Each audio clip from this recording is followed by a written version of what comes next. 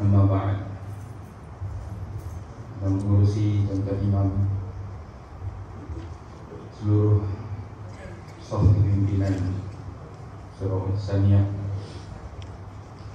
para asatidzah,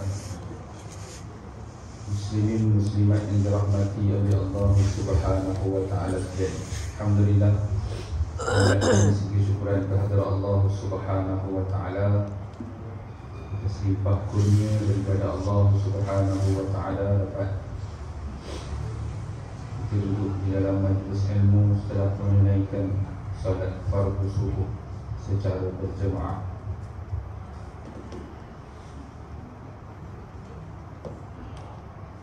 Sungguhnya apa yang kita lakukan ini adalah satu perkara yang besar dipandang di sisi Allah Subhanahu wa ta'ala.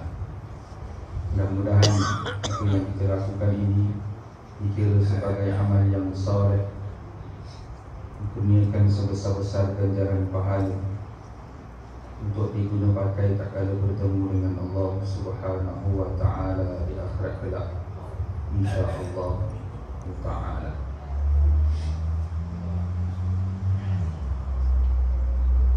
Berada pada muka surat yang ke-34. Kalau tak silap lah, kalau silap belum tahu. Kalau ada yang tanda ya? Baik. Kita berada pada muka hadis yang ke-7. Tajuk dia pahala berjalan ke masjid untuk solat berjemaah dan menunggu solat selepas satu solat. Baca hadisnya, an Abi Hurairah radhiyallahu anhu yaqulu qala Rasulullah sallallahu alaihi wasallam salatul rajuli fil jama'ati tudha'afu ala salatihi fi baitihi wa fi suqihi 25 dhi'fan. Dhalika annahu idza tawadda'a fa ahsana al-wudu' thumma kharaja ila al-masjid la yukhrijuhu illa as-salah lam yakhtu khutwatan illa rufi'at lahu biha darajatun wa hutta anhu biha khati'atun. Allah sallallahu alaihi wasallam bersabda, pahala solat seseorang lelaki secara berjemaah melebihi pahala solatnya di rumah dan di pasar dengan 25 pahala, kerana sesungguhnya dia jika berwuduk dan memperelokkan wuduknya kemudian pergi ke masjid semata-mata untuk mengerjakan solat, tidaklah dia melangkah satu langkah, melainkan dengan setiap satu langkah itu satu darajat akan diangkat untuknya dan satu dosa akan dihapus daripadanya. Apabila dia solat, malaikat akan sentiasa berselawat memohon rahmat dan keampunan untuknya. Selama dia masih berada di tempat dia mengerjakan solat, mereka para malaikat akan berdoa, ya Allah, rahmati dan ampunkanlah dia, rahmatilah dia ya Allah. Seseorang daripada kamu dianggap dalam keadaan solat selama mana menunggu solat yang akan datang. Baik, hadis ini berkaitan dengan fadilat. Fadilat ni benda apa? Fadilat ni ambil daripada perkataan fadl atau fadlah. Fadlah ni limpah kurnia Allah Subhanahu wa ta'ala. First kali yang kita kena tahu berkaitan dengan fadlah ni adalah limpah kurnia semata-mata. Tak wajib pun Tuhan nak bagi. Nanti kita kena tahu kan? Limpah kurnia Allah Subhanahu wa ta'ala. Tu kita ada orang tulis dekat kereta kan, tulis stiker, hadza min fadli rabbi, ini adalah limpah kurnia Tuhan. Perkataan siapa tu? Nabi Sulaiman alaihissalam. Nabi Sulaiman kata tu seluruh kerajaan dia, seluruh kelebihan dia, dia boleh bercakap dengan binatang, boleh arahkan binatang, boleh arah angin, segala kerajaan Nabi Sulaiman alaihissalam itu. Kata Nabi Sulaiman alaihissalam, hadza, ini min fadli rabbi, daripada kurniaan. Fadli itu adalah kurniaan, limpah kurnia Allah. Kita ni tak masuk ke dalam syurga Allah Subhanahu wa taala, tu yang terakhir. Last. Tak. Masuk ke dalam syurga Allah Subhanahu wa taala juga adalah semata-mata fadlah. Itu kalau kita belajar ilmu tauhid, tak masuk ke dalam syurga Allah Subhanahu wa taala bukan jadi satu kewajipan bagi Tuhan. Tuhan tak wajib masukkan kita ke dalam syurga Allah Subhanahu wa taala. Tidak. Sebab tu kita masuk ke dalam syurga Allah Subhanahu wa taala bukan dengan amal ibadah. Ingat tak? Tak dulu kan kita bicara bab amal ibadah kita banyak mana pun tak. Kita bukan masuk dengan amal ibadah tersebut. Tapi kita masuk dalam syurga sebab apa? Sebab kurniaan Allah. Fadlah Allah Ta'ala nak masukkan kita ke dalam syurga. Mungkin asbab kita melakukan amal ibadah, tapi kena buat amal ibadah tak? Buat. Sebab apa? Sebab nak dapat redha. Nak redha Allah Subhanahu wa taala. Tapi jangan salah faham pula, lepas ni aku tak payah ibadah apa. Orang tu yang tunggang-tunggik tu belum tentu syurga. Memang betul lah, kita pun maklum benda tu kan. Tapi kalau sekiranya dah tunggang-tunggik dia buat amal ibadah sungguh-sungguh tu pun belum tentu syurga, dan yang tak sembahyang boleh syurga. Boleh dapat redha Allah Subhanahu wa taala. Tak? Baik. Cuma kita nak beritahu bahawasanya dalam tauhid yang kita pelajari, Allah Subhanahu wa taala tidak terikat pun dengan kewajipan untuk memasukkan kita ke dalam syurga. Sebab apa? Dia semata-mata fadlah. Yang itu yang kita kena tahu. Itu yang kita kena tahu. Tak?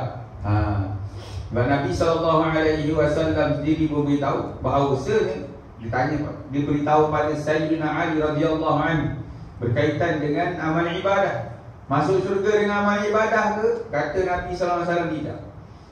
Kalau kamu sendiri, Sayyidina Ali tanya, ya Rasulullah kamu? Ya, aku sendiri pun tidak. Maknanya Nabi sendiri pun masuk dengan limpah kurnia Allah Subhanahu wa taala. Yang itu yang kita kena faham. Jadi termasuklah fadilat, kelebihan, pahala dan sebagainya ini adalah yang dipahami oleh Allah Subhanahu. Maknanya sekiranya Allah Subhanahu wa taala nak beri, Allah Subhanahu wa taala boleh bagi. Sekiranya Tuhan tak nak bagi, pulang pada dia. Dan kita ni Allah Subhanahu wa taala yang pun. Maka hari ini kita nak tengok limpah kurnia Allah Subhanahu wa taala dalam memberi pahala pada siapa? Pada orang yang berjalan untuk pergi solat berjemaah.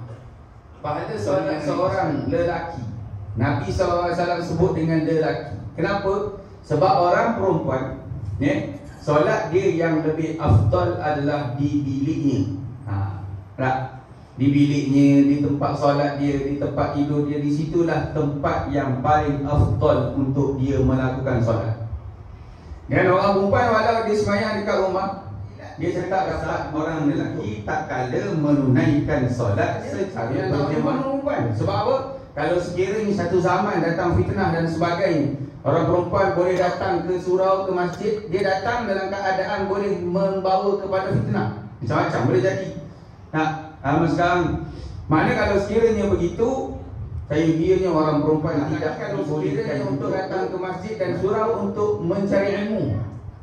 Khususnya yang saya sebut semalam, iaitu ilmu fardu ain, lebih kewajipannya lagi. Sebab apa? Kalau sekiranya suami tak boleh ajar, tak boleh sampaikan ilmu tersebut, ilmu tentang ilmu fardu ain, sembahyang, solat dan sebagainya, dia tak boleh nak ajar kepada isteri. Taharah tak boleh nak ajar, tak boleh nak sampaikan ilmu tersebut, maka tak boleh nak sampaikan ilmu tersebut. Sebab apa? Sebab tak mengaji mungkin kan. Dulu sibuk tak dapat nak ajar, maka bawa isteri pergi ngaji.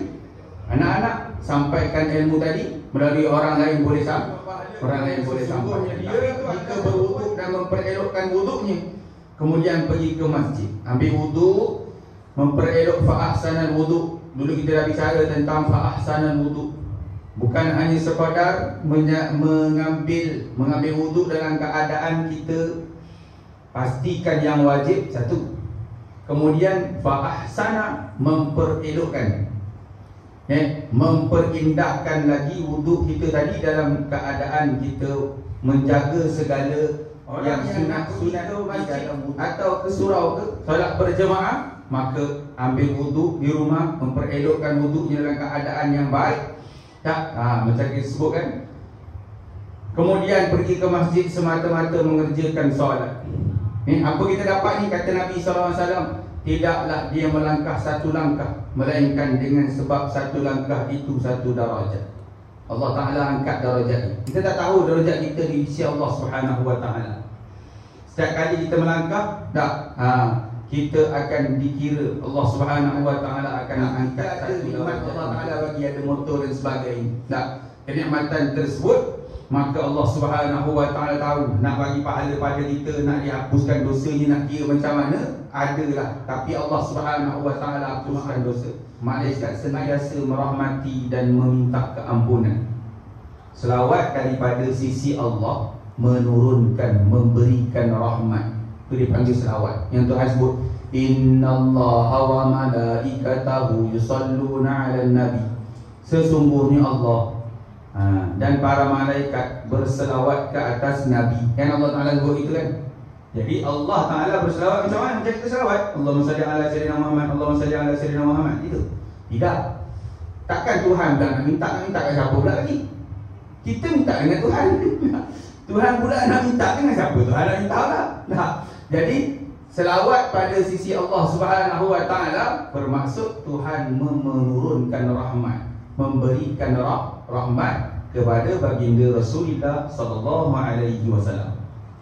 Lepas tu dia kata, siapa yang berselawat kepada Nabi sekali, Allah Ta'ala berselawat kepada dia 10 kali. 10 kali itu maknanya apa? Tuhan memberi rahmat kepada kita dengan sebab selawat ini kepada sakinah diberikan ketenangan. Huwallazi anzalas sakinata fi qulubil mu'minin. Dialah Allah Subhanahu Wa Ta'ala yang menurunkan sakinah kepada fi qulubil mu'minin, pada hati orang-orang yang beriman kepada Allah Subhanahu Wa Ta'ala. Sakinah inilah yang manusia cari. Manusia cari sebab dia tak boleh dibeli dengan harta dia. Wang ringgit tak boleh beli. Hatta kalau sekiranya ada duit berbilion-bilion sekalipun, sakinah itu tak boleh dibeli. Melainkan isteri tuan-tuan nama Sakinah.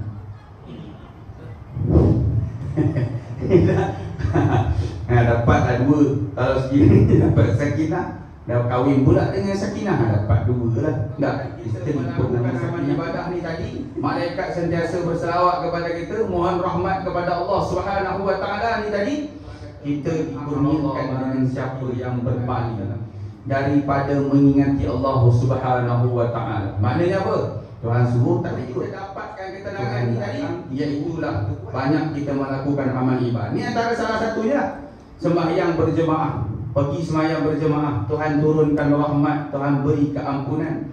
Sebab apa? Malaikat minta ni untuk kita. Selama mana dia masih berada di tempat dia mengerjakan solat ni. Tadi kita dah solat jemaah. Habis solat jemaah, kita duduk pula dengar kuliah.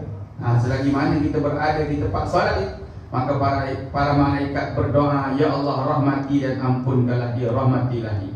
Dalam bab menuntut ilmu pula, duduk dalam majlis ilmu, dia dah ada hadis lain pula menceritakan tentang duduk sahaja dapat pahala. Tidur dalam majlis ilmu pun dapat pahala. Kan? Tapi janganlah tidur semua dengan ustaz seorang aja. Sudah. Anna Rasulullah sallallahu alaihi wasallam qala. Bahwasanya Rasulullah SAW bersabda, "Lau ya'lamun nasu ma fin nida'i was-saffil awwali thumma lam yajidu illa an yastahimu alaihi la yastahamu." Daripada Abu Hurairah radhiyallahu anhu, sesungguhnya Rasulullah SAW bersabda, kalaulah manusia tahu pahala yang ada pada azan. Hadis ini sebut tentang fadilah azan sekali.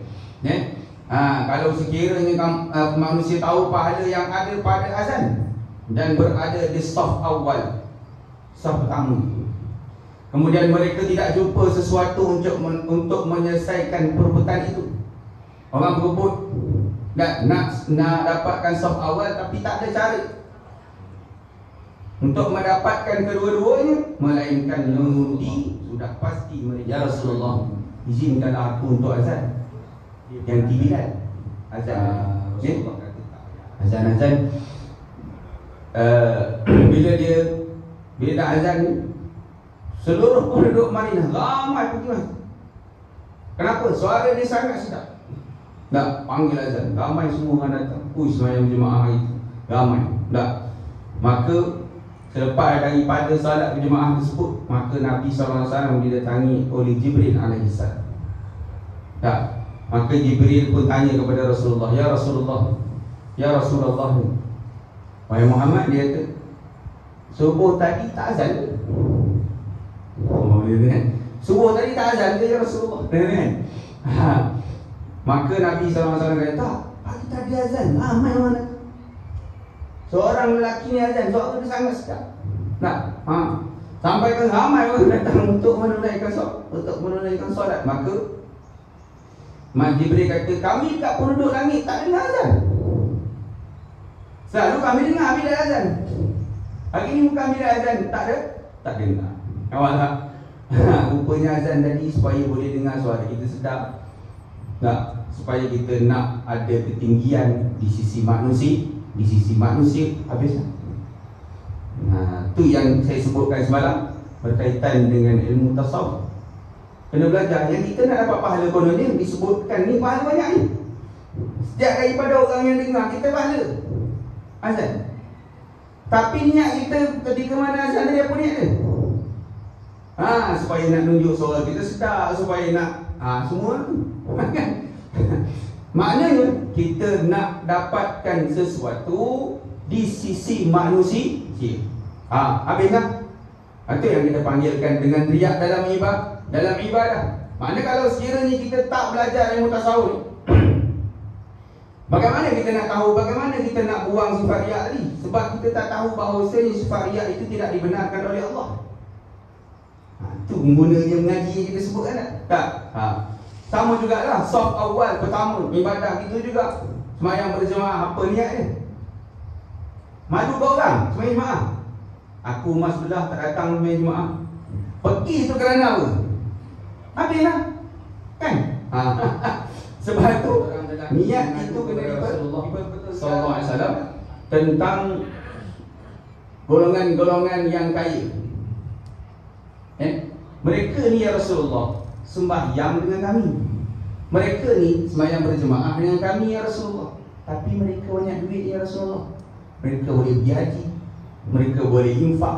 Kami ni tak ada ya Rasulullah. Kami tak ada harta dengan begitu. Makna apa dia? Makna sahabat nak sibuk buat amal ibadah, berebut. Kalau sekiranya orang tu dapat banyak, kenapa kami macam menolakkan kami ni? Dia banyak harta benda ya Rasulullah, banyak infak dia ke jalan Allah Subhanahu Wa Taala. Maka Rasulullah tunjukkan satu amal ibadah yang kalau sekiranya kita lakukan, kita lebih daripada mereka. Apa dia? Subhanallah, alhamdulillah, Allahu Akbar, min kulli duburis salat.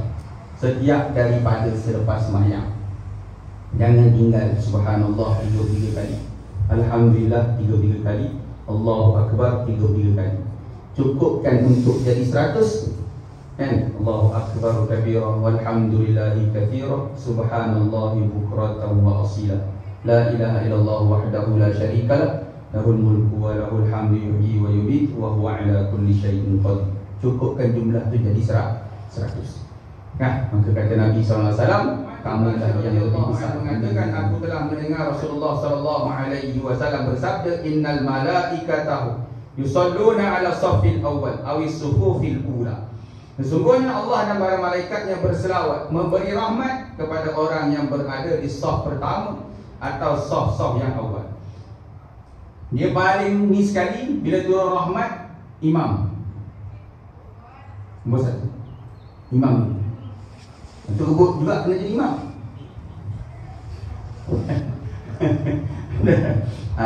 Tapi tengok juga kemampuan kita. Kalau sekiranya kita rasa kita tak mampu, tak usah. Kerana yang first kali rahmat turun pada imam, kemudian dia akan turun belakang imam. Sebab tu dia mula-mula kat sini. Sebab tu cara susun soft pun kita kena tahu. Tak, kadang-kadang datang dah nampak dah belah kanan tu dah terlebih dah, kita pergi belah kanan juga. Tak, soft. Dia soft ni mula-mula imam, kemudian belakang imam. Lepas tu kanan satu. Datang lagi kiri. Datang lagi kanan balik. Lepas tu kiri balik. Lepas tu kanan balik. Kiri balik. Kanan kiri kanan kiri kanan kiri. Bin Amr bin Al-As radhiyallahu anhuma, sesungguhnya Rasulullah sallallahu alaihi wasallam bersabda, solat berjemaah lebih afdal, lebih utama daripada solat seorang diri. Dengan 20 sahabat seorang ni tanya, maka Nabi sallallahu alaihi wasallam kata, birrul walidain, buat kebaikan kepada kedua ibu bapa kamu. Sebab sahabat ni ayah dia ada lagi, mak ayah dia adalah mak ayah dia lagi. Ada pula lain pula, ayyu amalu afdal, apa dia amalan yang lebih afdal, kata Rasulullah. Kata sahabat tadi, tanya pada Rasulullah. Rasulullah kata, sembahyang di awal waktu. Mana beza-beza keadaan. Tengok kita tak? Cuma nak cerita afdal tu apa dia? Aksar sawab, makna yang terlebih pahala, yang terlebih pahala. Mana yang lebih pahala? Sebab tu kita dalam nak mencari pahala, kenalah cari yang lebih afdal, untuk dapatkan ganjaran yang lebih. Baik. Jadi 27 darajat ni kita dah maklum dah tadi. Sebelum imam memberi salam, dari mana dia Assalamualaikum warahmatullahi, baru kita nak takbir, Allahu Akbar, tak dapat dah. Baik. Kalau sekiranya kita masuk, ya Allahu Akbar, kita takbir, imam beri salam, Assalamualaikum warahmatullahi, Assalamualaikum warahmatullahi, dapatlah. Kita panggilkan dengan fadilah, bukan fadilah, pahala berjemaah tadi, 27 pahala. Cuma tak samalah fadilat dengan orang yang tidak mengaku solat sekali lagi secara berjemaah. Ni mana kita boleh solat berjemaah lagi sekali, dipanggil solatul muadah, solat ulangan. Tanya kita, tanya diri kita, rajin ke tidak nak ulang lagi? Kan, yang satu pun bergagah nak semayang pula. Semayang Isyak tu bergagah dah. Balik rumah, isteri kata, abang, jom lah kita semayang jemaah. Abang dah semayang jemaah tadi kan? Isteri pula dah belajar, dia kata muadah boleh. Jadi tak ada, abang balik rumah, abang semayang dengan saya pula. Itu kelebihan isteri yang ngaji. Jadi isteri ngaji, kita balik rumah, abang semayang dengan saya pula lagi sekali. Boleh ulang sekali jemaah, semayang jemaah. Kalau kita nak ulang, rajin kita nak semayang seorang-seorang, nak semayang Isyak lagi sekali contoh kan. Malam tadi dah semayang Isyak, malam tu qadar nak semayang banyak lagi semayang Isyak, tapi kita nak semayang seorang ni. Itulah, mudah-mudahan apa yang kita sampaikan dapat sama-sama kita beramal. Mudah-mudahan kebaikan itu dapat kita ambil, dapat kita gerak sebanyak-banyaknya. Istimewa pula di dalam bulan Ramadan ini, carilah yang mana yang terlebih afdal untuk kita banyakkan pahala di sisi Allah Subhanahu wa taala, insya-Allah. Baik. Jadi sekadar itulah aku qauli hadza wa astaghfirullahal azim. A'udzu billahi minasyaitonir rajim. Bismillahirrahmanirrahim. Alhamdulillahi rabbil alamin, wassalatu wassalamu ala asyrafil anbiya'i wal mursalin wa ala alihi wa sahbihi ajma'in. Allahumma faqihna fid din waftah lana futuhal 'arifin waj'al a'malana khalisatan liwajhikal karim birahmatika ya arhamar rahimin. Allahumma rzuqna fahman nabiyyin wa hifdzal mursalin wa ilhamal malaikatil muqarrabin. Allahumma sallimna li Ramadan wa sallim Ramadan lana wa tasallamhu minna mutaqabbala. Allahumma a'inna 'ala as-siyami wal qiyam fi Ramadan. Allahumma a'inna 'ala as-siyami wal qiyam fi Ramadan. Warzuqna lailatal qadr, warzuqna lailatal qadr. Sallallahu ala sayyidina Muhammad wa ala alihi wa sahbihi ajma'in. Walhamdulillahi rabbil alamin. Assalamualaikum warahmatullahi wabarakatuh.